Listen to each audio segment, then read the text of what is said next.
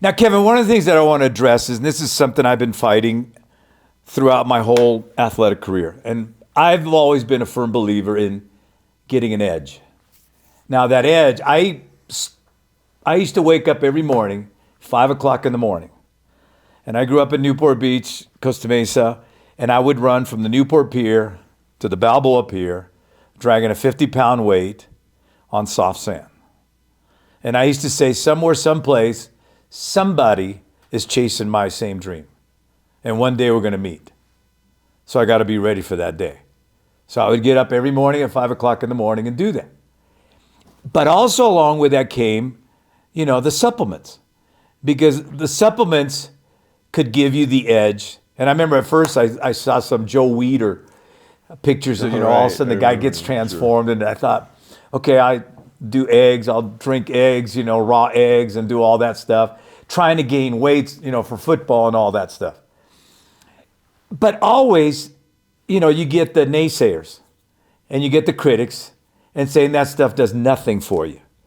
I remember when I was playing with the Detroit Lions, we had a doctor, the team doctor, and I was asking him about supplements, and he said, that stuff doesn't work. Yet, and describing his physical physique, I mean, he looked like a Buddha doll, but that he thought that there was no value to that. Mm-hmm.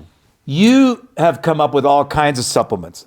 One of the things that I'm very familiar with is ATP, where it takes away my lactic acid. I don't get any soreness. I don't get tired. It's phenomenal. What is it that makes your supplements different from the other type of supplement? And what is it that makes it so effective?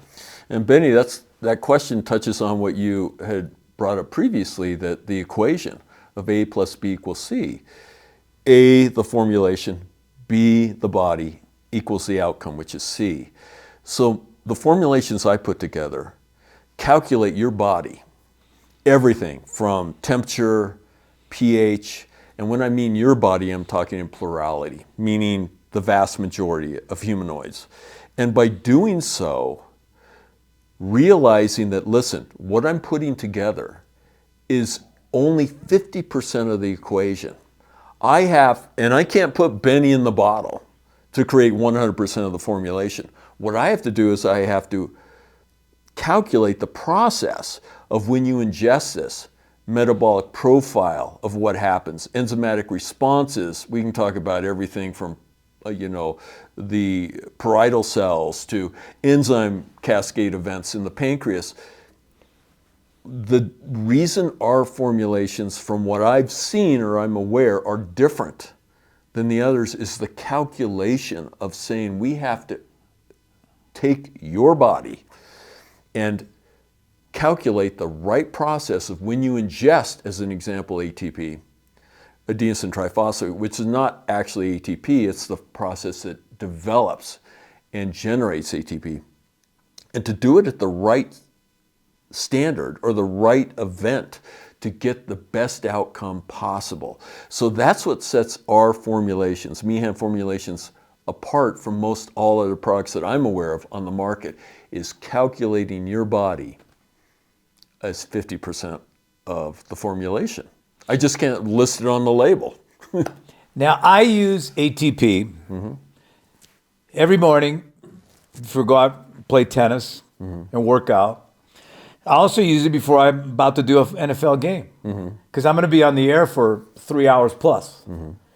I've done pay-per-view events in boxing where I've been on the air for almost 5 hours. Now, just mentally, what I've always been amazed is how ATP not only helps the body part, but also the mental part, the alertness. And I know sometimes, I get some people that marvel at the sustainability of my energy during the broadcast. A lot of that, of course, is passion and just enjoying what it is that I do. But ATP is a big part of that. Yeah, and your wife called me and complimented me about how it helps. But on your point, that's the calculation.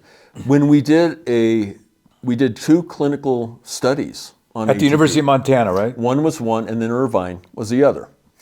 And it showed what we expected, but the physicians that were overseeing it were surprised. How can this happen? When it was presented at the Western Medical Conference, They're like, how can this exceed statin drugs? How can this lower triglycerides and cholesterol like it does? The viability of what I'm suggesting was to show and to indicate, listen, when you do calculate the body is 50%, it becomes easier to understand why this gravitates and produces the outcome it does. And it's indicated in these clinical studies. And to my interest was their shock of saying, how did you do this to get this to respond better than a statin drug? And my response to them was, as I'm suggesting now, is we calculate 50% of that process being your body. And once we do that, we understand the safety mechanism. We don't have contraindications because we evaluate that 50% as the formulation, and that equals the outcome. Okay, so when in your quest, when you're creating this formula, I think this will help people understand in layman's terms what it is that it does. What were you seeking to have this product do to an individual? Good question. So in simplistic terms, think of the analogy of a squirrel cage. And squirrels run. This cage, if you remember that thing that the hamsters ran on, imagine it having a pulley that's attached to a generator.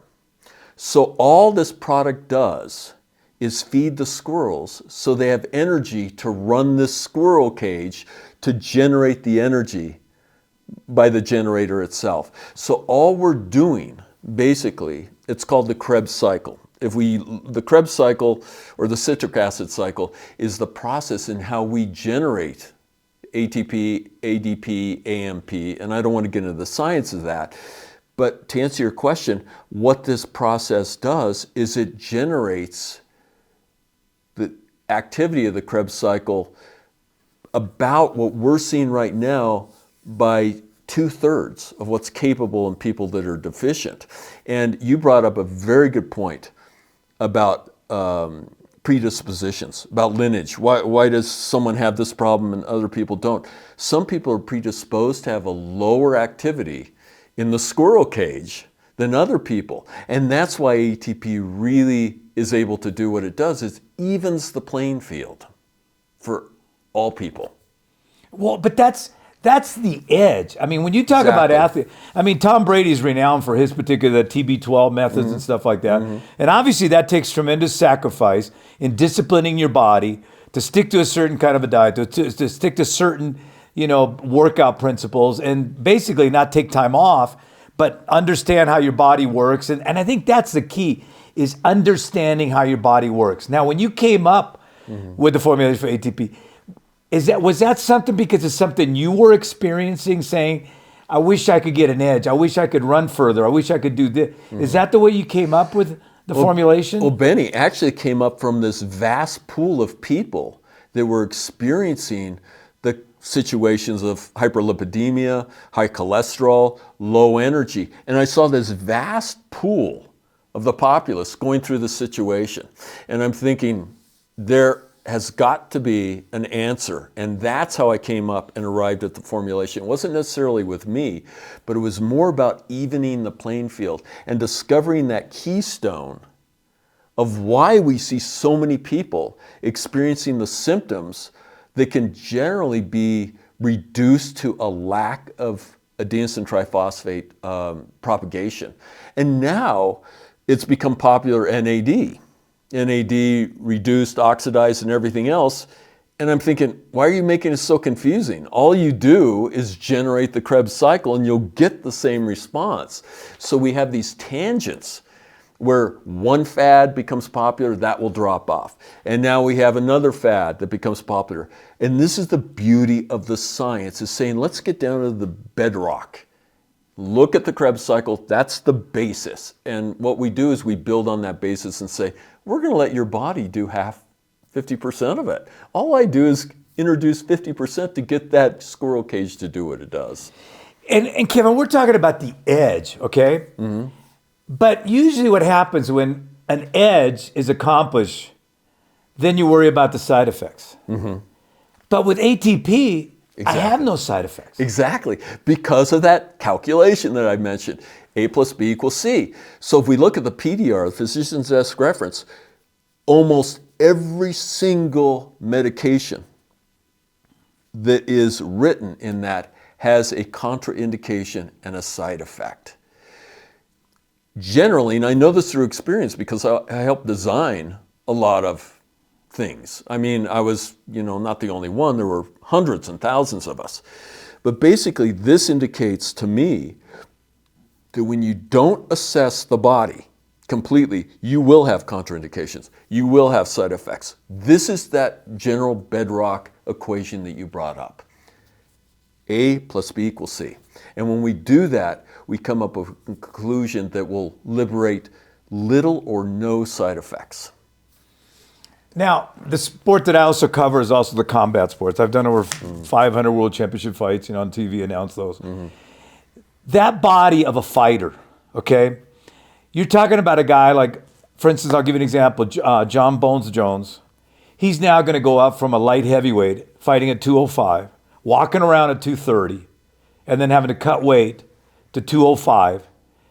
He's 6'4", and he's saying, you know what? I think I'm just going to let my body do what it needs to do. So he bulked himself up through, weight training and doing powerlifting and things like that, consuming, even rice for breakfast and 5,000 calories, gets himself up to 263 pounds.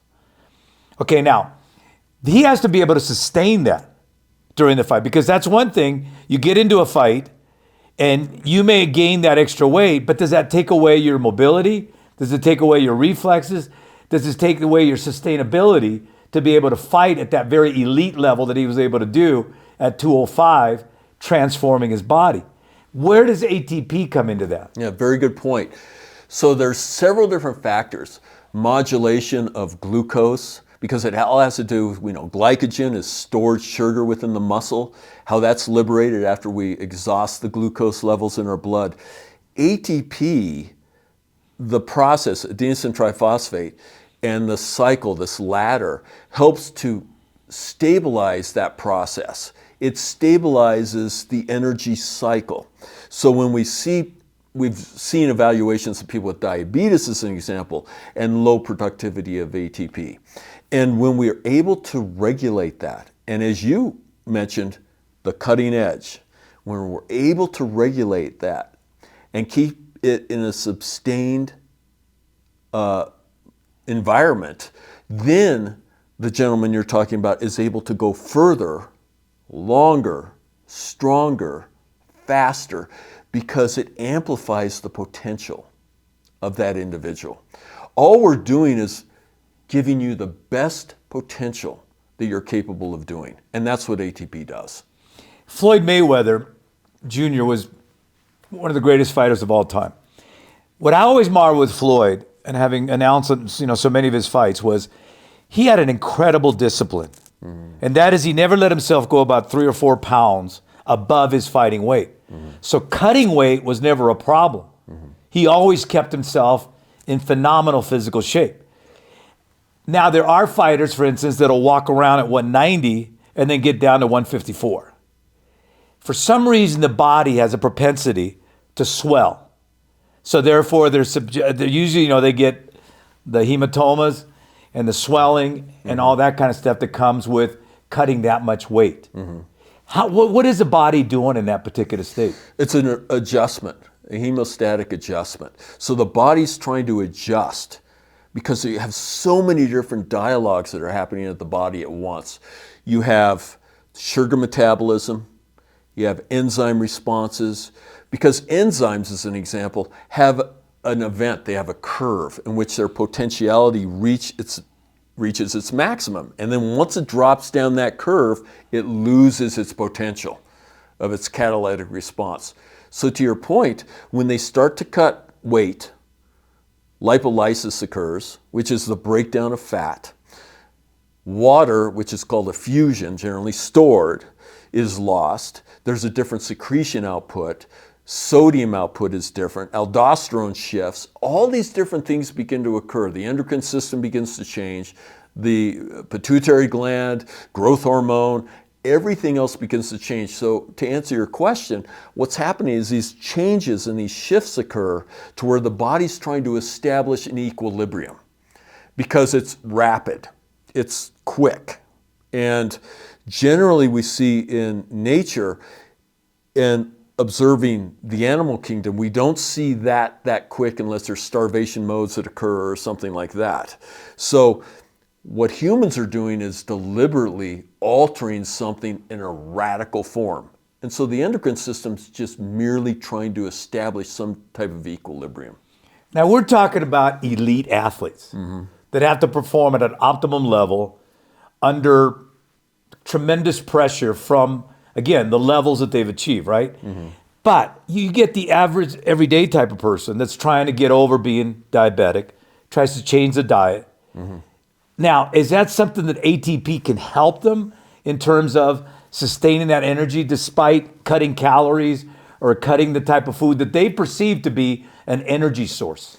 That's a very good question. So with diabetes as an example, ATP helps because, once again, to the question previous, it helps stabilize the way glucose is utilized, helps to stabilize the way glycogen is utilized.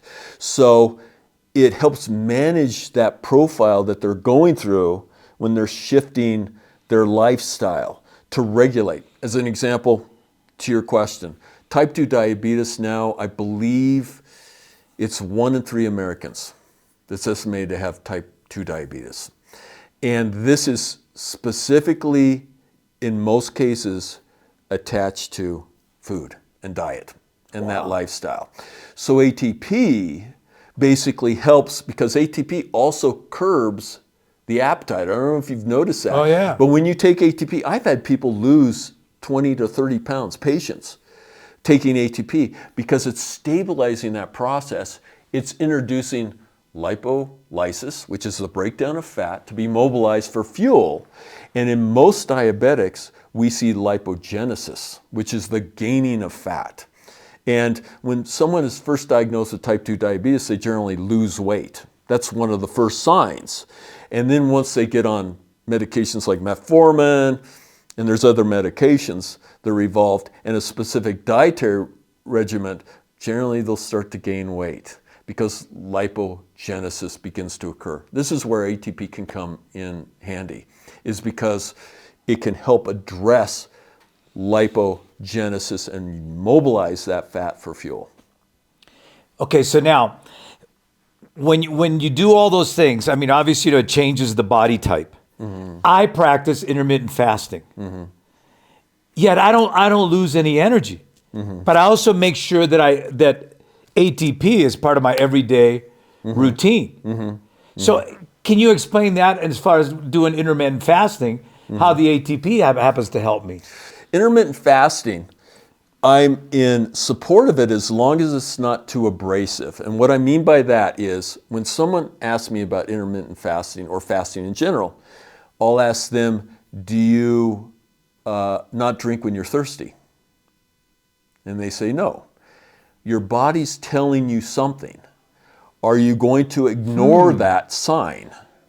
So intermittent fasting, if you're hungry for good food, here's the key: whole food, good food, the right type of food, then is that fasting a process that could be detrimental to your system in the long term because you're doing something that really your body is saying, wait, I want something here. It's like drinking. We drink when we're thirsty. Why don't we eat when we're hungry? It's the right type of food that we need to do. Well, Kevin, you give me all the answers from a scientific standpoint. Now I'm going to go ahead and give you probably a little insight into probably something you've always wondered. Sure. And that is, you know why fighters abstain from having sex the night before a fight? Why is that? Because they don't like each other. I'm Benny Ricardo, going to Kevin Meehan for your health answers.